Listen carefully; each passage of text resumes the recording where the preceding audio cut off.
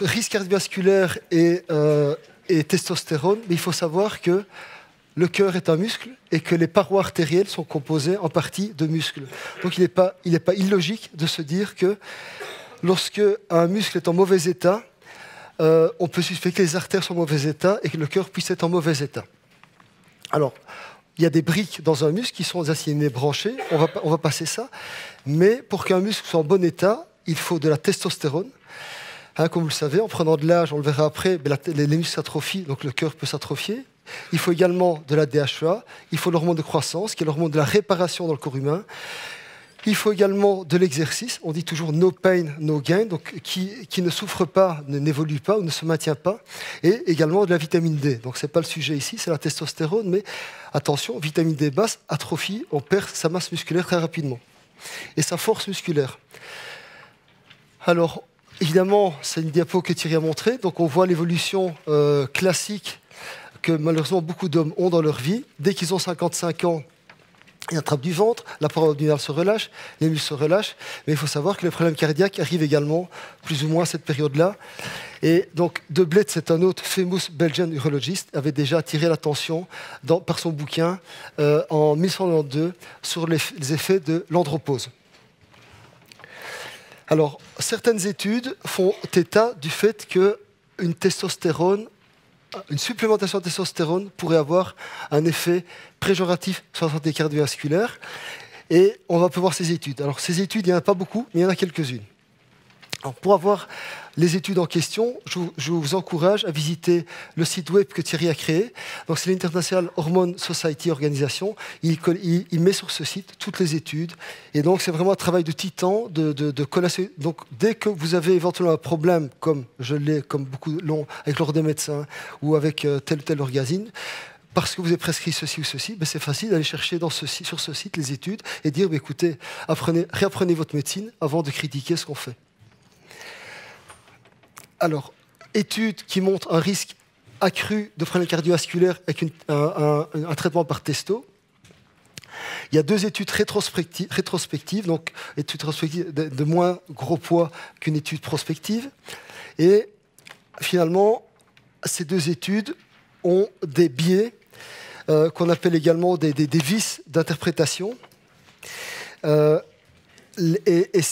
Donc en anglais, c'est the flows.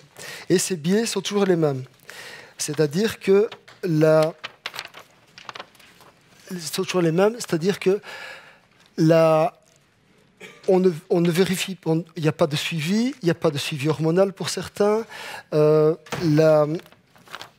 Également, on ne dose pas les œstrogènes. Enfin, on va voir le détail de ces biais qui font que ces études sont peu contributives. Entre autres, il y a la première étude ici qui a conclu à 50% de réduction de risque cardiovasculaire chez des patients traités. Et puis après tripotage des études multifactorielles, on est arrivé à la conclusion que ça allait augmenter. Donc, oui. Ici quelque chose. Donc, dans cette étude, c'est la première fois que ça arrive, mais le JAMA, qui est la revue principale américaine, a modifié l'abstract par après. Ouais. Donc, ils avaient, c'est Morgenthaler, Abraham Morgenthaler lui-même, qui avait pris contact avec le JAMA. Il dit, mais votre abstract, le sommaire, montre qu'en fait, il y a une diminution du risque. Et alors, il semblerait qu'il y a un sous-groupe. Et alors, finalement, ils ont changé l'abstract, ce qui arrive presque jamais. Hein. Oui. Pour rajouter... Là, il faut... Ici, alors, attends. Micro Avec le statisticien en chef de l'EORTC, l'Organisation européenne sur le cancer, nous, médecins, on ne sait plus analyser des articles de ce niveau, ces statistiques. Il a dit, oui, ils ont employé une formule, mais si on emploie l'autre formule, on trouve autre chose. Ça, c'est comme faire du chocolat, ça dépend comment vous le mélangez. Mais après que la lettre est sortie, ils ont refusé de rétracter l'article, et il s'est avéré que sur les 1000 hommes, tenez-vous bien, il y avait 100 femmes. Et comme c'était un Asiatique qui revoyait les noms, il a sans doute vu quelqu'un qui s'appelait Schulman Claude, il a dit que c'était un homme. C'est pas toujours vrai. Voilà. Voilà. Et donc, quels sont les biais qui entachent ces études, qui soi-disant augmentent un risque augmenté. Ouais. Donc comme quoi les statistiques, on peut leur faire dire ce qu'on veut quand on les manipule d'une certaine façon. Et donc finalement, cette étude favorable s'est révélée défavorable, ça a créé le tollé. Il y a eu des urologues de renom qui ont évidemment contesté. Il y a eu des corrections. Également, la testostérone de base du groupe contrôle n'était pas la même que l'autre, donc on n'est pas parti du même niveau. La durée de l'étude, elle n'a duré qu'un an. Donc qu'est-ce qu'on peut dire qu'en un an, on augmente le risque cardiovasculaire? C'est quand même très bref. Également, on n'avait pas d'infos sur le fait que telle ou telle personne dans l'étude prenait ou pas de la testo avant. 40% carrément, c'est énorme, n'ont pas eu de suivi pas du dosage de la testostérone. Et quand on voit les concentrations atteintes par la testo, soi-disant avant, après complémentation, on se rend compte qu'on passe de 175, donc en gros, en unité qu'on utilise habituellement, c'est 1700, on passe à 3003. Nous, on considère qu'une testo basse, c'est à moins de 5, 6, 7 000. Donc en gros, les patients n'ont probablement pas pris de façon convenable le traitement, et de façon traitement à dose insuffisante. C'est une étude rétrospective. Il y a eu des corrections donc, qui ont été demandées par la suite. En fait, ce sont des études très foireuses, on pourrait dire. Et également, ce qui est très important, on n'a pas d'idée de l'hématocrite du patient, ni de son taux d'œstrogène. Donc, il faut savoir que l'hématocrite, c'est une complication du traitement de la testo. L'hématocrite peut être trop élevé, donc le sang est plus concentré, et on peut faire plus de problèmes cardiovasculaires. Donc, on doit traiter ça, évidemment, soit par de l'aspirine, soit dans une dose de testostérone. Enfin, il y a des tas d'attaques possibles de cette hématocrite élevée. Donc finalement, combien d'études sur PubMed concernant des problèmes cardiovasculaires suite à des taux élevés de testostérone, mais quand même dans l'intervalle de référence, donc vous savez que si une testo sur votre prise de sang, il est mis 2000 à 12 000, donc l'intervalle c'est 2000 à 12 000, mais certaines patients ne seront bien qu'à 9 ou 10 000. Et donc, il n'y a pas d'étude qui montre un risque augmenté si la testo est spontanément élevée ou élevée suite à un traitement. Alors, ici, à la demande de Claude Schulman, qui m'a fait parvenir cette étude il y a quelques semaines via sa secrétaire.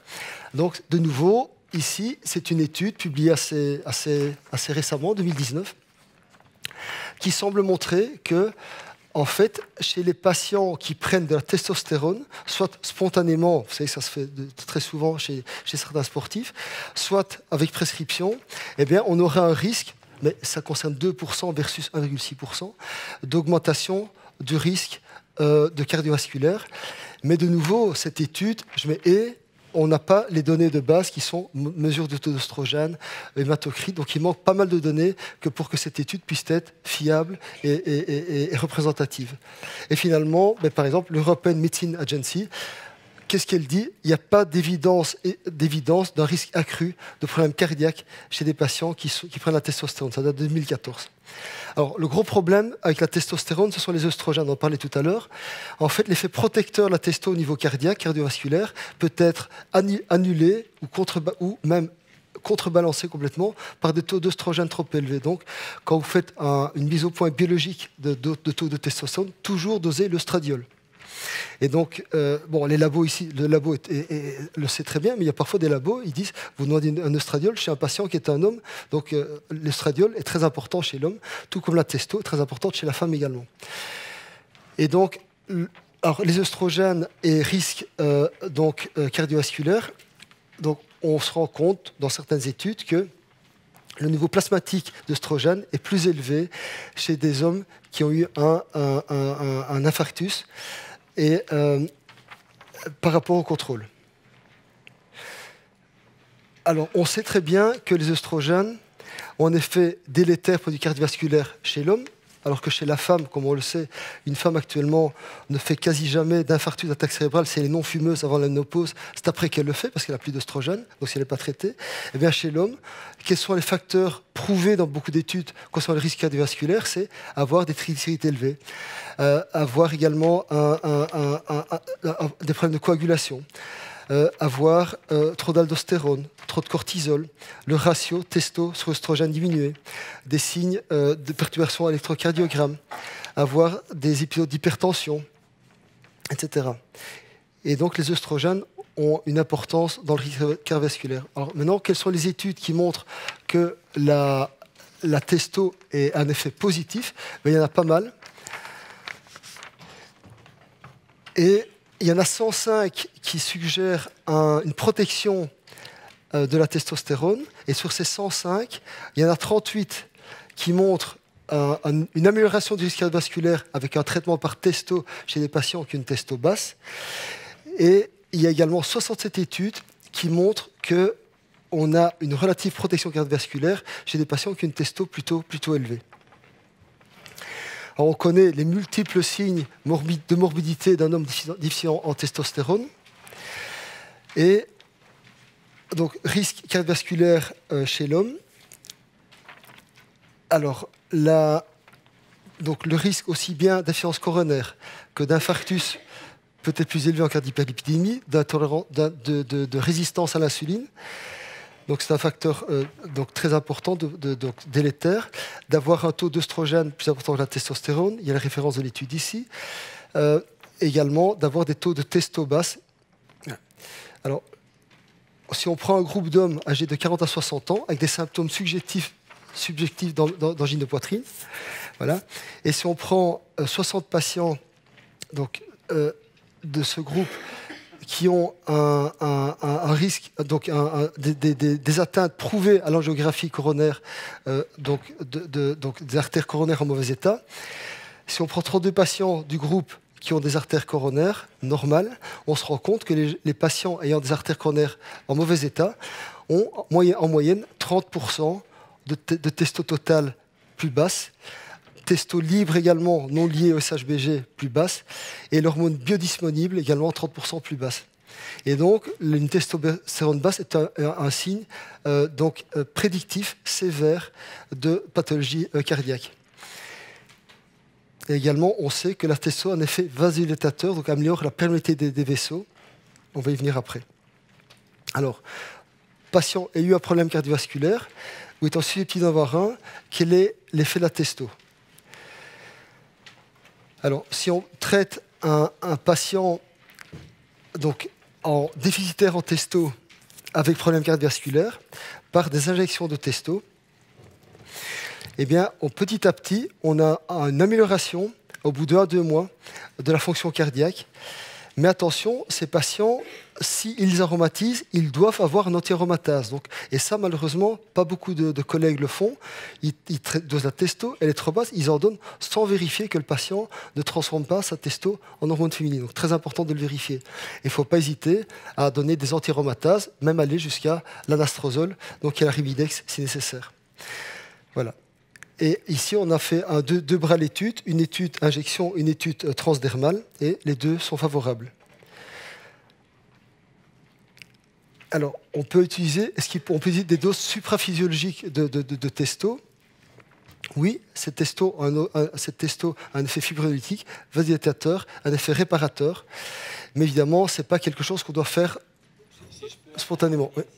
En fait, tout au début de ma carrière, j'ai été voir le docteur Müller au Danemark. Alors, le docteur Müller est quelqu'un qui était un spécialiste à ce moment-là de l'inversion des gangrènes avec la testostérone à très haute dose. Et il donnait 3 injections de 250 mg 3 fois par semaine, par exemple. Et il obtenait de sauver les pieds gangrénés de diabétiques. C'était très étonnant. Alors, comme j'étais assez bleu dans la testostérone à ce moment-là, j'ai été le voir. Il ne voulait pas me recevoir. D'abord, on avait pris rendez-vous, mais dès qu'il a vu mon visage, je ne lui plaisais pas. Et hop, il fermait la porte, mais j'ai mis mon pied entre la porte et le pas. Et j'ai dit, moi, je suis venu ici de Bruxelles vous voir. Et alors, il était fâché, il sautait un peu partout dans la poubelle, etc., de colère. Et alors, je lui ai demandé, mais si vous donnez la testostérone à quelqu'un qui a un infarctus, qu'est-ce qui se passe? Vous ne devez pas seulement donner la testostérone, mais vous donnez, à la limite, donner dans un Baxter de la testostérone 6000 mg par jour. Et il revit, parce que c'est tellement anabolisant, ça vasodilate les artères. Et quand on le donne, c'est à court terme, on n'est pas capable d'augmenter les globules rouges de façon à ce que ce soit mauvais.